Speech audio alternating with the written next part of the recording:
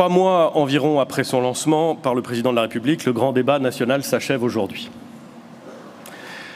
Ces 3 mois, ils ont été intenses.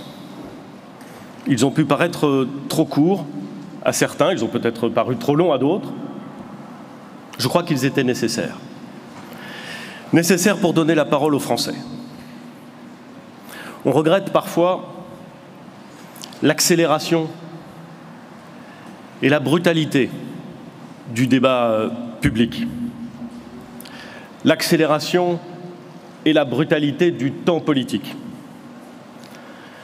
On ne doit pas, je crois, si on la regrette, s'impatienter dès qu'on donne la parole aux Français. Ce temps que nous avons consacré à un grand débat national, il était nécessaire pour laisser à chacun la possibilité de s'exprimer et il était nécessaire pour écouter. Si on ne prend pas le temps d'écouter, en général, on n'entend pas bien. Il était nécessaire pour laisser les thématiques que nous avions retenues s'installer dans le débat public. Ça ne prend pas comme ça. Et c'était aussi nécessaire d'avoir du temps pour laisser le temps à d'autres thématiques qui n'avaient pas été posées dans le débat public d'émerger et de prendre leur importance. Mes premiers mots, au fond, sont des mots de remerciement. De remerciement aux Français,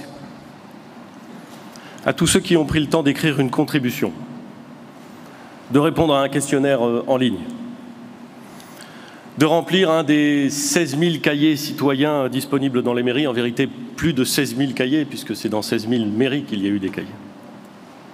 Tous ceux qui ont pris le temps de participer à des réunions publiques. J'ai moi-même assisté à quelques-unes de ces réunions, à l'Enax, dans l'Allier, Madame la députée, à Sartrouville, dans les Yvelines, dans d'autres endroits de France, avec des réunions où il y avait parfois beaucoup de monde et d'autres beaucoup moins. Toutes ces réunions ont été passionnantes. Elles ont permis, et tous les Français qui se sont exprimés, ont dit et ont souhaité réfléchir et s'exprimer sur l'avenir de leur pays. Ils se sont interrogés sur ce qui fonctionne, parce qu'il y a des choses qui fonctionnent. C'est d'ailleurs réjouissant de constater qu'à l'occasion des débats, nos concitoyens pointent du doigt des choses qui fonctionnent, le savent parfaitement, et puis aussi de permettre d'identifier et de réfléchir sur ce qui ne fonctionne pas ou sur ce qui fonctionne mal. C'est un temps où nos concitoyens ont échangé entre eux, où ils se sont écoutés. Contrairement à ce que certains redoutaient, ces réunions publiques se sont déroulées dans des conditions d'ordre public exemplaires. Vous l'avez dit, Madame, tout à l'heure, à juste titre, ces réunions ont fait honneur à leurs participants. Elles ont fait honneur à notre pays, dont chacun sait le goût pour la politique. L'envie de nos concitoyens de refaire le monde, de refaire la France. Elles ont fait honneur, d'une certaine façon, au débat démocratique, en étant très loin des exemples de violence que d'autres se complaisent à donner chaque samedi. À l'occasion de ces réunions, je crois pouvoir dire que nous avons reconquis des espaces publics dans lesquels il est possible d'échanger avec respect plutôt que de s'insulter dans l'anonymat. Et si j'insiste, c'est parce qu'il y a 3 mois, lorsque nous avons lancé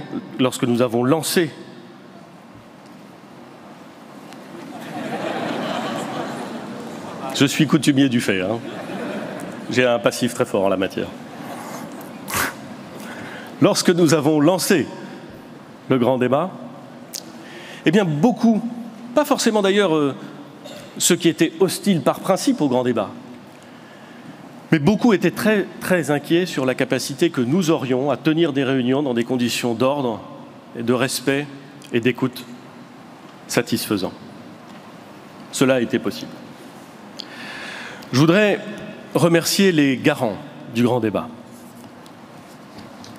les remercier d'avoir accepté une mission que d'autres ont refusée.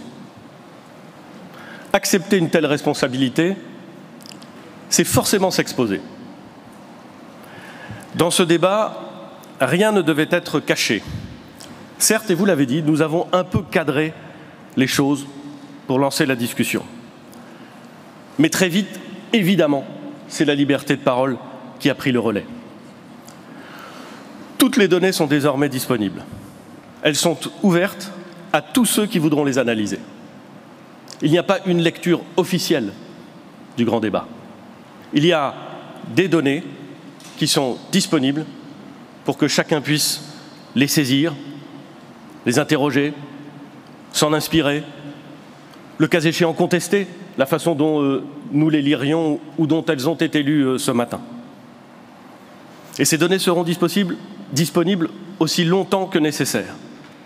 Cet engagement de transparence, nous le devions aux Français, et je voudrais remercier, je le dis, les garants de leur regard scrupuleux, exigeant, qui nous a parfois conduits à nous remettre en question dans les choix d'organisation qui pouvaient être proposés. Leurs conseils, leurs critiques nous ont aidés à bâtir une méthode innovante, sans doute perfectible, mais honnête, ce qui était l'essentiel. Je voudrais aussi remercier les représentants et les membres des 3 assemblées qui ont joué le jeu de cet exercice de démocratie participative. Je salue notamment la présence du président Bernasconi. Je voudrais remercier les formations politiques, celles de la majorité comme celles de l'opposition, qui ont organisé, facilité, fait en sorte que la tenue des réunions publiques soit possible. Je voudrais aussi remercier les élus locaux, à commencer par les maires de France, sans qui ce débat n'aurait eu de grand que le nom. Très vite, ils ont ouvert des cahiers dans leur mairie. Partout, ils ont accepté de céder des salles. Beaucoup ont participé à des réunions. Merci, monsieur.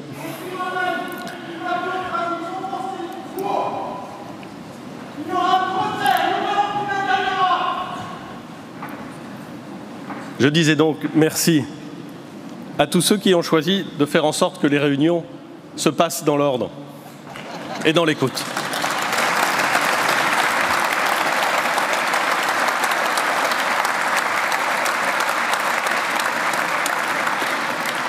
Et donc merci aux maires qui ont rendu possible ces réunions, qui les ont organisées dans bien des cas.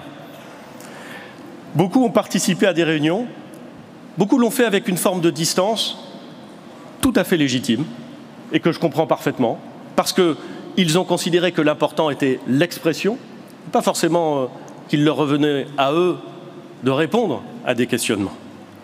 Enfin, je voudrais remercier les organisations syndicales, les associations, qui ont relayé cet appel au débat et qui ont participé aux conférences nationales thématiques, sans oublier les médias qui, d'une certaine façon, ont eux aussi su innover pour se mettre au diapason de ce grand moment de démocratie participative et rendre visibles de nombreux échanges citoyens, parfois rudes, j'en ai connu, mais je le redis, toujours respectueux.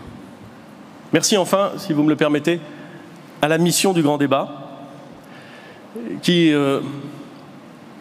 n'est pas l'organisme le plus visible dans la réalisation et l'organisation de ce grand débat, mais qui est fait de femmes et d'hommes qui ont été la cheville ouvrière et qui ont rendu possible cette expérience inédite.